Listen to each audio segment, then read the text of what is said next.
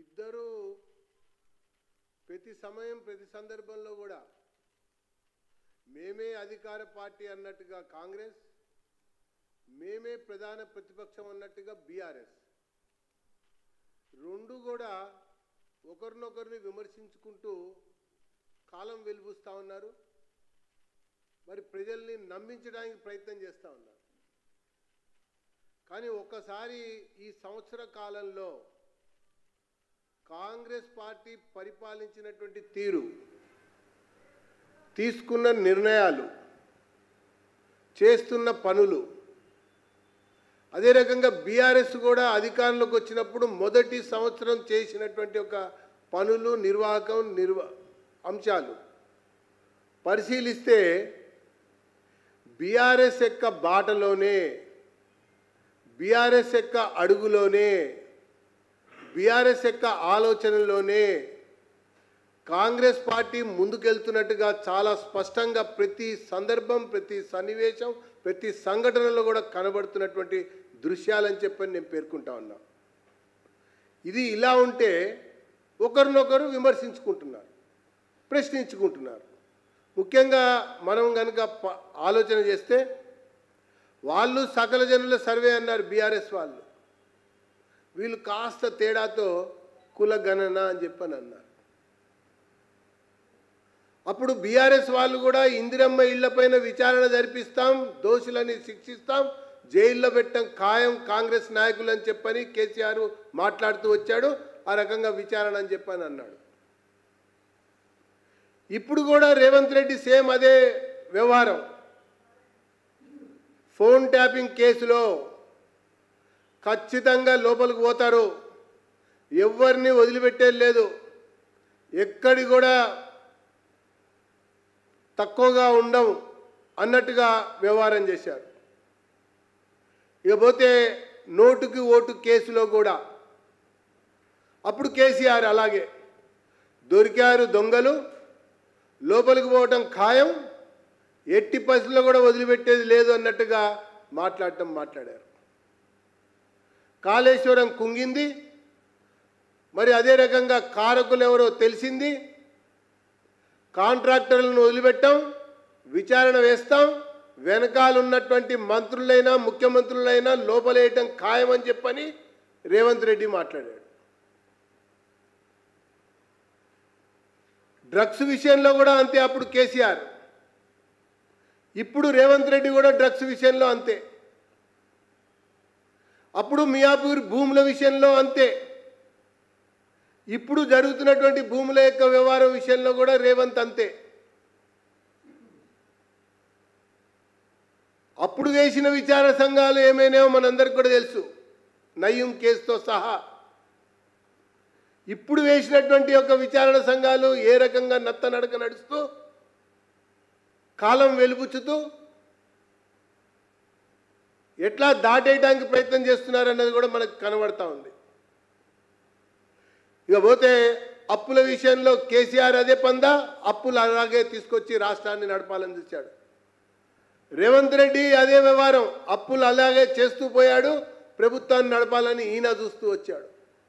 ఆయన ఎఫ్ఆర్బిఎం పెంచమన్నాడు, ఈయన ఎఫ్ఆర్బిఎం పెంచమన్నాడు. ఆయన మూసి సుందరీకరణ చేస్తా అన్నాడు, ట్యాంక్ బండ్ని కొబ్బరి నీళ్ళతో నింపుతా అని చెప్పని అన్నాడు. ఈయన కూడా మూసి సుందరీకరణ చేస్తాను, మూసీలో నీరు పారితే వ్యవసాయానికి అది అనుగుణంగా ఉండేటట్టుగా చూస్తానని చెప్పని అన్నాడు. ఈ మూసీ ప్రణాళిక ఆనాటిదే, ఇప్పుడు వీళ్ళు మాట్లాడుతున్న ప్రణాళిక కూడా ఆనాటిదే. పెట్టుబడుల కోసం కూడా అప్పుడు వాళ్ళు విదేశీ పర్యటన చేశారు పెట్టుబడుల కోసం, ఇప్పుడు వీళ్ళు పెట్టుబడుల కోసం విదేశీ పర్యటన చేస్తూ ఉన్నారు. వాళ్ళు పెట్టుబడుల పేరిట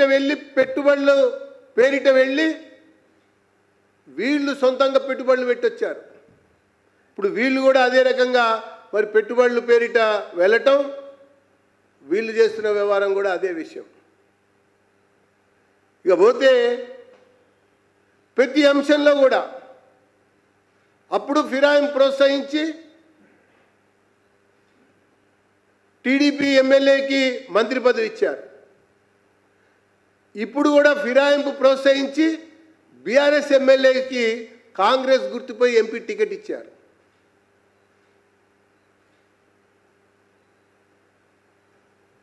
ఇక పోతే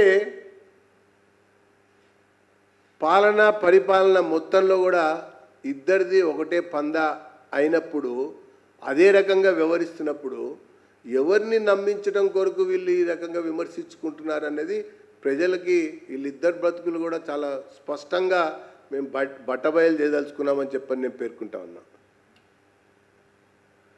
ఇక పోతే రైతు రుణమాఫీ, వారు 1,00,000 రుణమాఫీ చేస్తామని చెప్పన్నారు, చేసి చూపిస్తామని చెప్పి కేసీఆర్ అన్నాడు.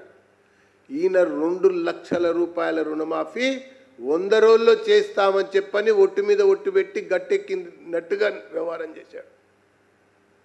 ఈ రోజుకి కూడా ఆ 10 సంవత్సరాల కాలంలో ఉన్నటువంటి రైతుకి, ఈ సంవత్సర కాలంలో ఉన్నటువంటి రైతుకి ఒక్క గ్రామంలో అయినా సరే, నేను కాంగ్రెస్ పార్టీని కూడా ఛాలెంజ్ చేస్తున్నా, బీఆర్ఎస్ని కూడా ఛాలెంజ్ చేస్తున్నా, ఒక్క రైతుకైనా ఒక్క గ్రామంలో అయినా ఈ రాష్ట్రంలో ఎక్కడైనా సరే ఒక్క బ్యాంకు నుంచి అయినా, అది సహకార బ్యాంకా లేకపోతే పరపతి సంఘమా, వాణిజ్య బ్యాంకా, జాతీయ బ్యాంకా, ఏ ఒక్క బ్యాంకు నుంచి అయినా ఫలానా రైతు రుణ విముక్తుడయ్యాడు, ప్రభుత్వం చెల్లించినటువంటి ఒక రుణమాఫీ కింద అని కాంగ్రెస్ కాలంలో చెప్పలేరు, కేసీఆర్ కాలంలో అంతకంటే కూడా చెప్పలేరు.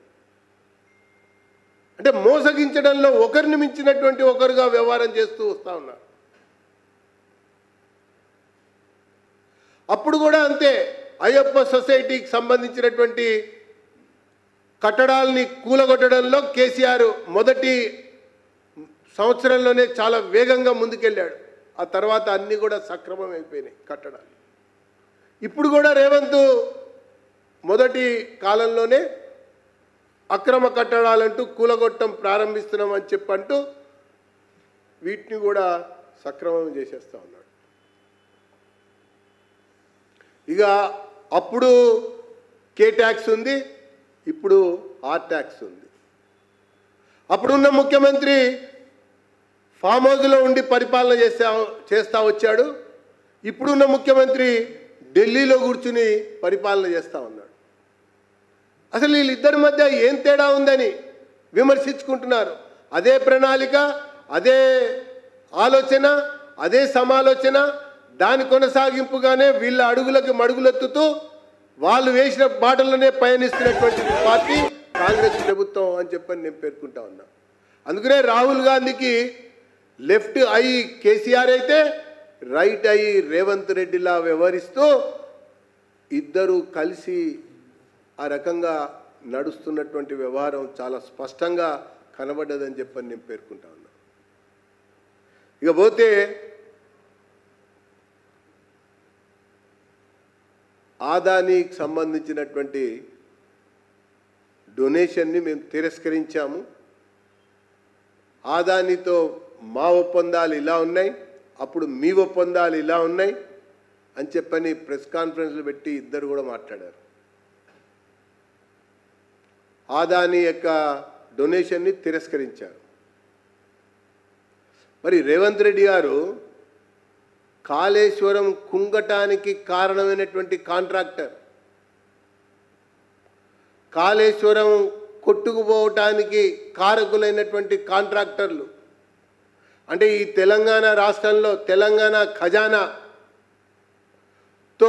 నిర్మాణం చేసినటువంటి కాళేశ్వరం కుంగితే, కాళేశ్వరం కొంత కొట్టుకుపోతే కట్టినటువంటి కాంట్రాక్టర్ల నుంచి మళ్ళీ డొనేషన్ నువ్వు ఎందుకు వాపసు ఇవ్వలేదు అని చెప్పని నేను అడుగుతా ఉన్నా. దాంతోపాటుగా చెరువులు ఆక్రమణలు చేసి రియల్ ఎస్టేట్ వ్యాపారంగా మార్చి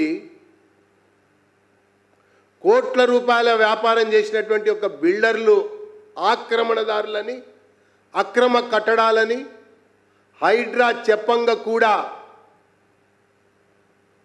నోటీసులు ఇవ్వంగా కూడా మరి ఆ యొక్క బిల్డర్లు ఇచ్చినటువంటి డొనేషన్లని నువ్వు ఎందుకు తిప్పి పంపలేదు అని చెప్పని భారతీయ జనతా పార్టీ సూటిగా అడుగుతా ఉన్నది. నాటకాలు ఆడుతూ ఉంటే భారతీయ జనతా పార్టీ చూస్తూ ఉండదు. ఇష్టం వచ్చినట్టుగా వ్యవహారాలు చేస్తూ ఉంటే భారతీయ జనతా పార్టీ ఒక బాధ్యతాయుతమైనటువంటి ఒక రాజకీయ పార్టీగా ఈ రాష్ట్ర ప్రజలు అనేక విషయాలపైన బరువు బాధ్యతలు మాపైన ఉంచినటువంటి ఒక రాజకీయ పార్టీగా ఖచ్చితంగా ఈ అంశాలపైన ఎండగడతాం, మీ బతుకులు బట్టబయలు చేస్తామని చెప్పని నేను ఈ సందర్భంగా పేర్కొంటా ఉన్నా. 6 మోసాలతో 66 అబద్ధాలతో కాలం వెలుబుచ్చుదామనుకుంటే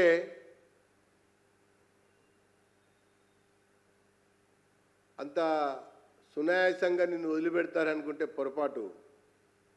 ఇకపోతే అప్పటి విచారణ సంఘాలు కూడా డ్రగ్స్ విషయంలో కావచ్చు, ఇందిరమ్మ ఇండ్ల విషయంలో కావచ్చు, తర్వాత మియాపూర్ భూముల విషయంలో కావచ్చు, తర్వాత ఓటుకు నోటు విషయంలో కావచ్చు, ఏం జరిగినాయో అందరికీ తెలుసు. అది కేవలం ఈమెయిల్ బ్లాక్మెయిల్కి పనిచేసినాయి. ఇప్పుడు కూడా అంతే. ఫోన్ ట్యాపింగు, తర్వాత డ్రగ్స్ విషయం, కాళేశ్వరం విషయం కూడా ఈ ప్రభుత్వం కూడా ఈమెయిల్ బ్లాక్మెయిల్ కొరకే ఉపయోగిస్తూ ఫిరాయింపులను కలుపుకోవటం, పెంచుకోవటం, పంచుకోవటమే జరుగుతూ ఉంది. ఇకపోతే ఇందిరమ్మ రాజ్యం అని చెప్పని చాలా గొప్పగా చెప్తున్నారు. 1వ తారీఖు నుంచి సంబరాలు చేస్తారట వీళ్ళు. ప్రజలతో కలిసి ఉత్సవాలు చేస్తారట. వీళ్ళకి ఇందిరమ్మ రాజ్యం అంటే బీర్లు అమ్ముకోవటం, భూములు అమ్ముకోవటం. వీళ్ళకి ఇందిరమ్మ రాజ్యం అంటే కూలగొట్టడం, కొల్లగొట్టడం. వీళ్ళకి ఇందిరమ్మ రాజ్యం అంటే దోచుకోవటం, దాచుకోవటం. వీళ్ళకి ఇందిరమ్మ రాజ్యం అంటే అధిష్టానానికి కప్పం కట్టడం. వీళ్ళకి ఇందిరమ్మ రాజ్యం అంటే ఈ తెలంగాణ రాష్ట్రంలో ఉన్నటువంటి అనేక రెసిడెన్షియల్ పాఠశాలలో గత సంవత్సరం నుంచి చూస్తూ ఉంటే విషపూరితమైనటువంటి ఆహారం తిని వందలాది మంది విద్యార్థులు, ఒకసారి కాదు, ఒక చోట కాదు, ఒక పాఠశాల కాదు, ఒక ఆశ్రమ పాఠశాల కాదు, అనేక పాఠశాలల్లో వందలాది మంది విద్యార్థులు అస్వస్థకు గురై ఒక ప్రాణం కూడా పోతే పట్టించుకునేటువంటి నాదుడు లేనటువంటి ఒక పాలన ఇది ఇందిరమ్మ రాజ్యానికి నిదర్శనంగా నడుస్తూ ఉంది.